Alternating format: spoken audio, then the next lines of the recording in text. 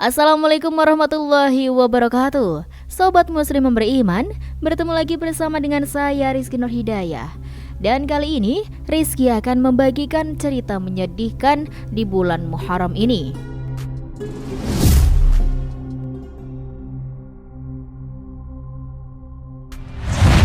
Merupakan kisah yang menyayat hati.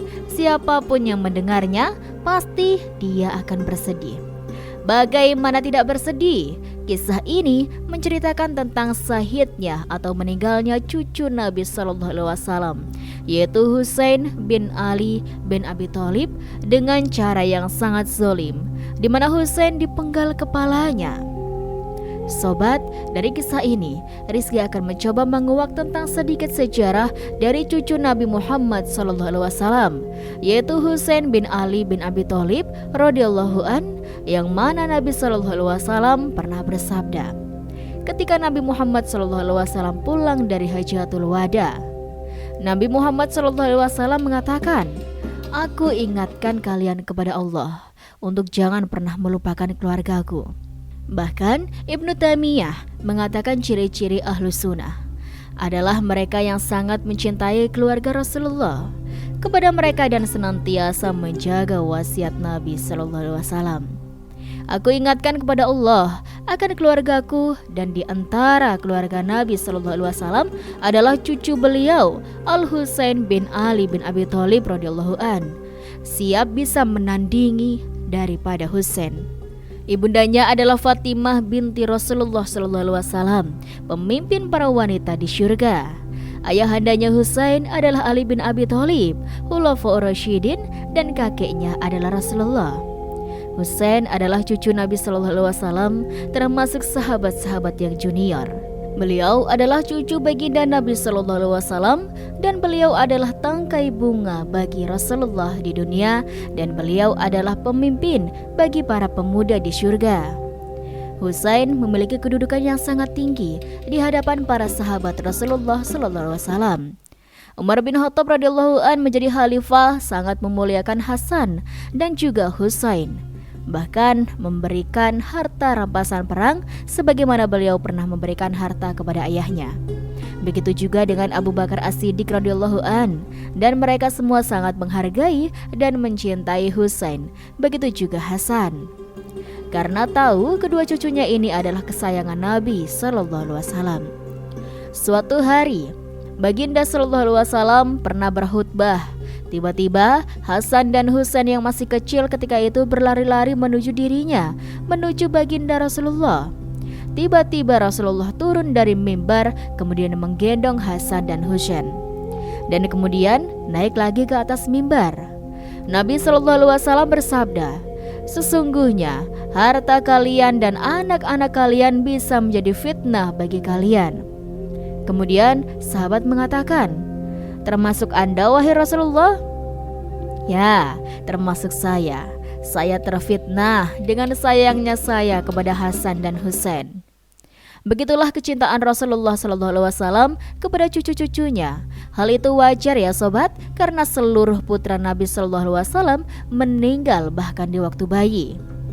Dimulai dengan putra Nabi bernama Qasim Abdullah sampai Ibrahim, semua meninggal di waktu bayi. Sehingga dengan kelahiran Hasan dan Husain menjadi pelipur lara bagi Nabi SAW yang bisa menggantikan anak-anak yang sudah meninggal. Kesedihannya pernah dialami Rasulullah saat meninggalnya Ibrahim, sampai Nabi mengatakan kepada Abdurrahman bin Auf, "Sesungguhnya mata ini bisa meneteskan air mata, hati ini bisa bersedih, dan perpisahan diriku dengan Ibrahim sungguh menyesakan dada. Dan aku tidak pernah mengucapkan kecuali apa yang diridhoi." Begitu kesedihan Rasul kepada wafatnya Ibrahim putranya, sehingga tergantikan dengan adanya Hasan dan Husain. Bahkan Nabi Sallallahu Alaihi Wasallam langsung memberi nama Hasan dan Husain.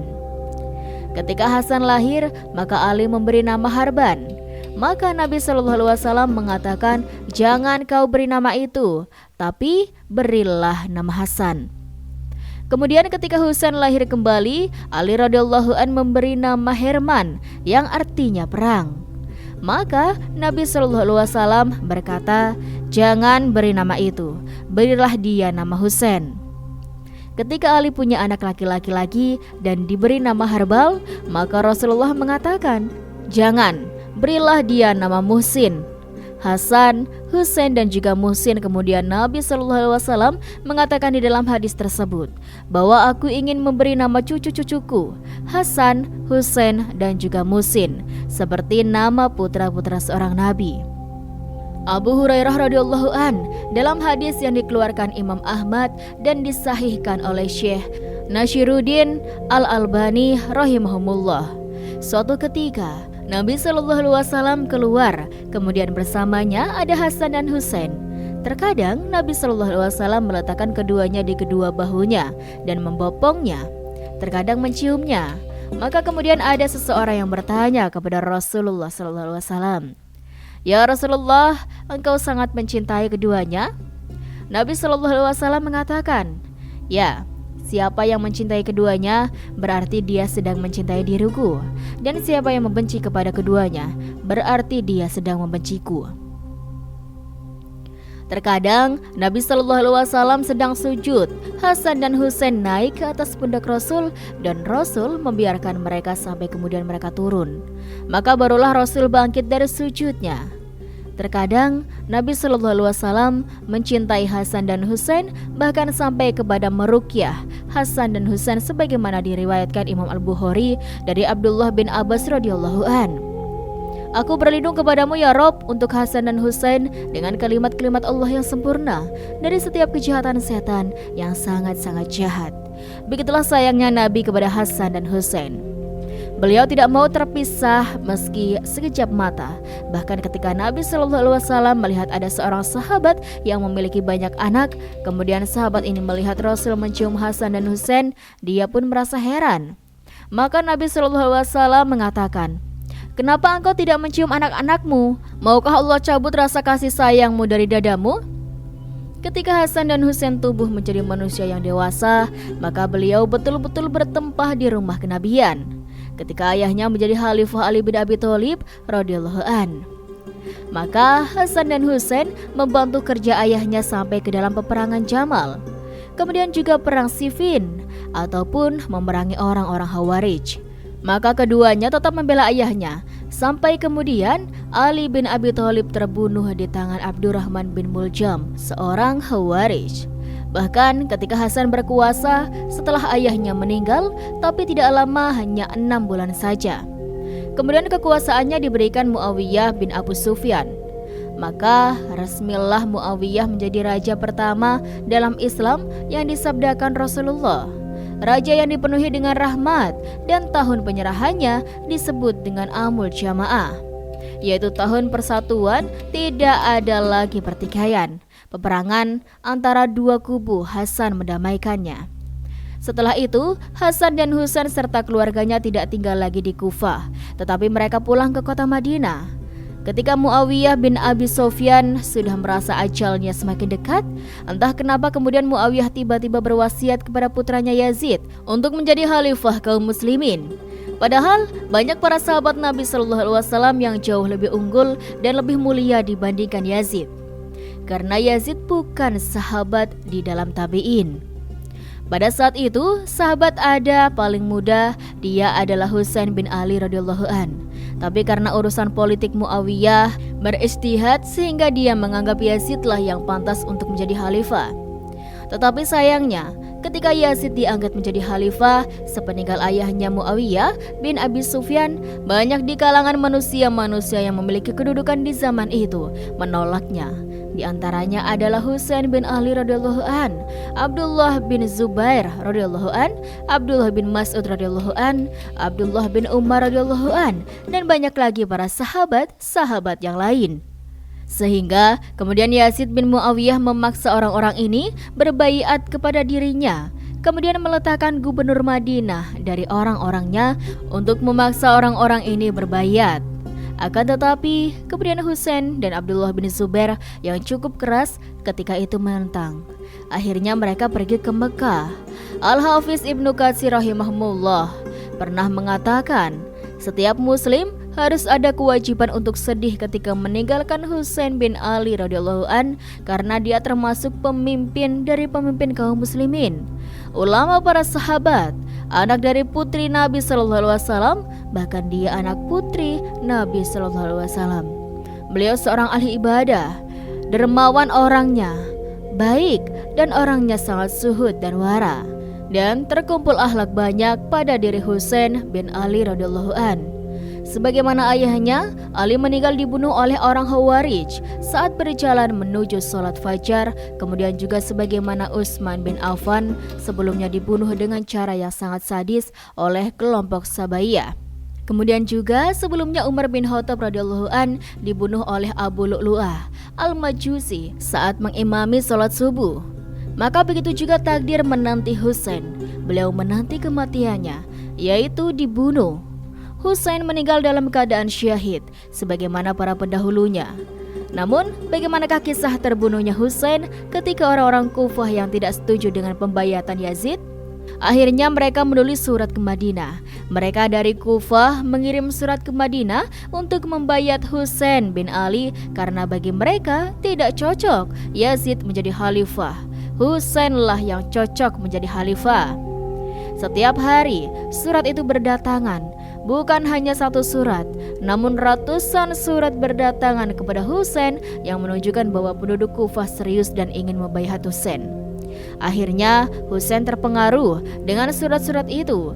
Padahal banyak para sahabat Nabi Shallallahu Alaihi Wasallam yang ketika itu memberitahu Husain bin Ali radhiyallahu an agar jangan terpengaruh dengan surat itu dan jangan pergi ke Kufah. Sampai-sampai Abdullah bin Abbas radhiyallahu an mengatakan, "Wahai Husain, kalaupun kau harus pergi, janganlah kau bawa keluargamu, istrimu dan anakmu.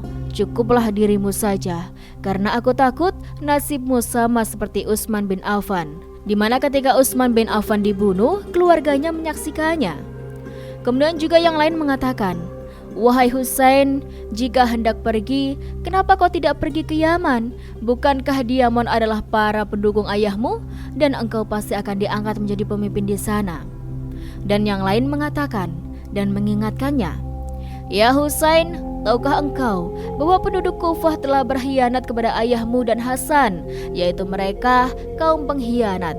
Apakah akan terulang lagi pengkhianatan mereka kepada dirimu atau kalau seandainya kamu beriktikad?" Karena ketika itu pada tanggal 8 Zulhijjah di hari Tarwiyah, para sahabat menyarankan Husain untuk haji dulu baru berangkat. Ketika Husain haji, itulah para sahabat menyarankan agar dia mencari-cari kabar orang-orang Kufah yang sedang haji. Tetapi saran para sahabat itu tidak didengarkan oleh Husain. Mungkin ini sudah skenario Allah Subhanahu wa taala. Allah sudah takdirkan seperti itu jalannya.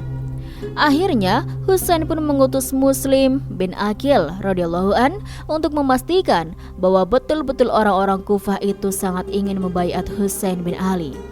Ketika sampai Muslim bin Aqil di Kufah, orang-orang Kufah mengira itu adalah Husain, menganggap itu Husain, maka mereka menghargainya, memuliakannya, membaiatnya sebagai perpanjangan baiat daripada Husain.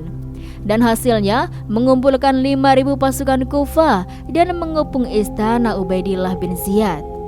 Tetapi Ubaidillah bin Ziyad dengan politiknya, dia kemudian mendoktrin orang-orang yang sedang berdemonstrasi di depan istananya dengan memberikan sogokan-sogokan uang dan harta kepada penduduk Kufah, sampai akhirnya satu persatu dari mereka ini, dari 5.000 orang hanya tertinggal beberapa orang saja.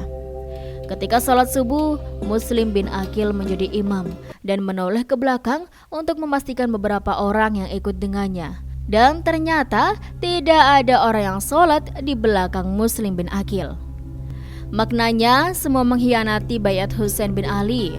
Ketika itulah Muslim bin Aqil ditangkap dan dihadapkan ke Ubaidillah bin Ziyad, yaitu gubernur Kufah yang diletakkan Yazid menguasai Basrah dan juga Kufah. Namun sebelum dieksekusi dan dihukum mati oleh Ubaidillah, maka Muslim meminta untuk dituliskan surat, dan surat ini disampaikan kepada Husain, bahwa isi suratnya adalah jangan pernah datang ke Kufah, dan bahwa berita pembaitannya orang Kufah itu berita yang tidak benar. Mereka kaum yang sangat-sangat pengkhianat. Begitulah isi suratnya. Tapi sayang, surat itu terlambat datang, sehingga terlambat dibaca oleh Husain. Sementara Husain sudah berangkat bersama anak-anaknya menuju Kufah. Husain juga berangkat bersama anak-anak Hasan, bersama anak-anak Ali radhiyallahu an, bersama anak-anak Abdullah bin Ja'far, bersama anak-anak Muslim bin Aqil, dan bersama mereka istri pembantu-pembantunya. Mereka hanya membawa sedikit pasukan itu, sebanyak 40 lebih. Artinya bahwa Husain tidak tahu menahu apa yang terjadi di Kufah karena surat terlambat datang. Kemudian Ubaidillah bin Ziyad yang mengetahui bahwa Husain telah bergerak ke Kufah, maka dia memerintahkan Al-Hur bin Yazid At-Tamimi Al-Riyaihi dengan 1000 pasukan untuk menghalau Husain masuk Kufah. Maka kemudian keduanya bertemu di Qadisiyah. Kemudian Hur bin Zaid At-Tamimi meminta kepada Husain untuk kembali pulang ke Madinah atau Mekah. Dan Husain setelah diberitahu oleh Hur bin Yazid bahwa penduduk Kufah itu berkhianat, akhirnya Husain pun ada keinginan untuk kembali ke Mekah atau Madinah. Tetapi tiba-tiba datang pasukannya lebih besar yang dipimpin oleh Umar bin Sa'ad bin Abi Waqqas dengan jumlah 4.000 pasukan mengepung pasukan Husain. Ketika sampai di sebuah lembah yang disebut Tauf, makanya perang ini disebut dengan Perang Tauf, di mana terjadinya di sebuah ladang yang disebut dengan Karbala. Makanya Husain mengatakan kepada Hur, "Ini apa namanya?" Kata Hur, "Ini Karbala." Husain pun berkata, "Sungguh akan ada karbun wabala, di mana karbun artinya adalah kesulitan dan bala adalah bencana." Akhirnya setelah 4.000 pasukan ini dipimpin oleh Umar bin Sa'ad bin Abi Waqqas radhiyallahu an menekan Husain agar jangan masuk ke Kufah dan tidak akan pernah diizinkan untuk masuk ke Kufah, bahkan diancam kalau masuk ke Kufah. Akhirnya kemudian Husain pun memberikan 3 pilihan dan mengatakan, "Kalau begitu, biarkan saya pulang kembali dari tempat saya pergi." Maksudnya adalah Mekah dan Madinah. Atau yang kedua, biarkan saya bergabung dengan Suhur atau bergabung dengan para muhajirin yang ada di perbatasan negara kafir, biar saya ikut berjihad dengan mereka. Atau yang ketiga, kata Husain, biarkan saya pergi menemui kafilah Yazid bin Muawiyah yang ada di Syam, dan saya tidak akan pernah masuk Kufah, kata Husain bin Ali radhiyallahu an. Artinya Husain sudah sangat objektif apa yang mereka mau Husain lakukan, dan Husain tidak akan. Dan perjalanan ke Kufah apalagi sudah tahu orang-orang Kufah itu adalah para pengkhianat. Tetapi Umar bin Sa'ad bin Abi Waqqas menyurati Ubaidillah tentang tanggapan 3 permintaan Husain. Pada awalnya Ubaidillah bin Ziyad senang dan meminta Husain agar jangan pernah masuk ke Kufah.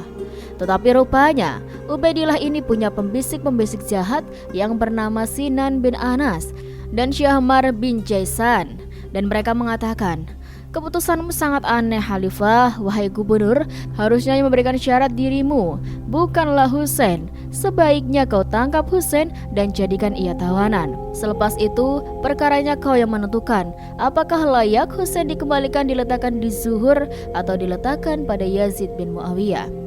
Akhirnya kemudian Husain pun dipaksa untuk menyerah, tapi Husain menolak karena beliau tidak mau menjadi tawanan, apalagi harus tunduk kepada Ubaidillah bin Ziyad.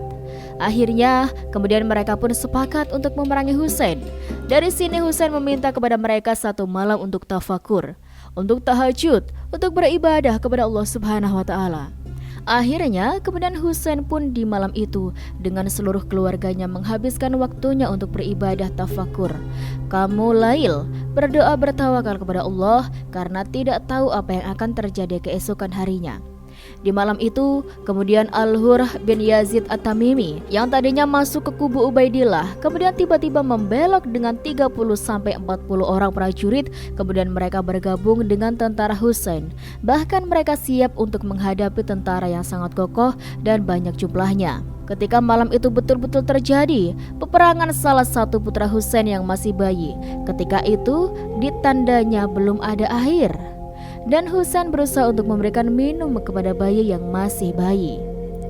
Dan tiba-tiba melesat anak panah yang menancap di tubuh bayinya, dan bayi Husain kemudian meninggal dunia. Maka kemudian Husain pun melirik bayinya yang meninggal tertusuk anak panah. Husain menggendongnya dan mengangkatnya ke langit, dan dia mengatakan, "Yang membunuh bayi ini akan berhadap-hadapan dengan aku di mahkamah Allah Subhanahu wa taala."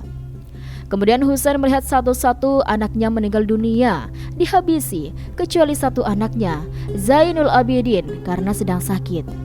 Ketika itu, di tendanya, Husain melihat bagaimana putra-putra Hasan meninggal dunia dalam Karbala. Putra-putra Muslim bin Aqil, putra-putra Aqil, putra-putra Ja'far, sehingga total yang meninggal dari keluarga Rasul pada saat itu sampai 17 orang. 5-nya adalah saudara satu bapak dari Ali bin Abi Thalib radhiyallahu an. Selebihnya adalah anak-anak Husain sampai 17 orang.